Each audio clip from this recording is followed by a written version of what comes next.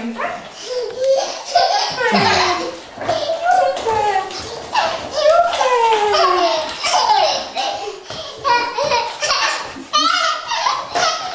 Oj, oj.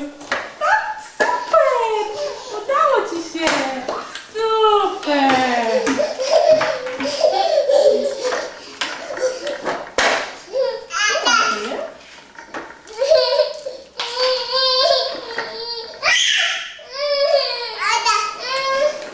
W drugą stronę teraz, tak? Pokaż się kubek. Tak? Pokaż Michałek.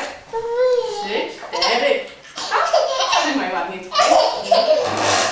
A ja skręcę.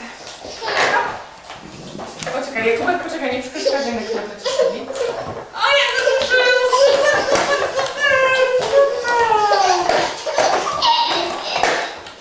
Ale trzyma się, nie? Chwieje się, ale stoi prosto. Oj. Mam! A tutaj drugi, a zobacz, Jakubek spróbuj ty na tym. Najpierw może za palec go spróbuj, żeby sam... Wiesz. No nie, to gdzie ty tutaj próbujesz? Super! Super! Jak super idziesz! Super! Tak! Super! Świetnie! I co teraz? Pam! Super!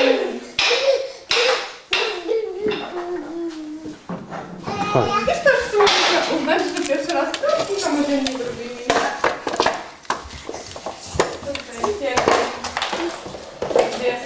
Ale Kubuś. Michał. Kuba. Ty masz swój wóz. Patrz, jak Michałek się śmieje. Ale porajda i to wiesz, jak to mi zaczynało za pierwsze? Hej! Super, tak? Teraz. I teraz kręcisz jak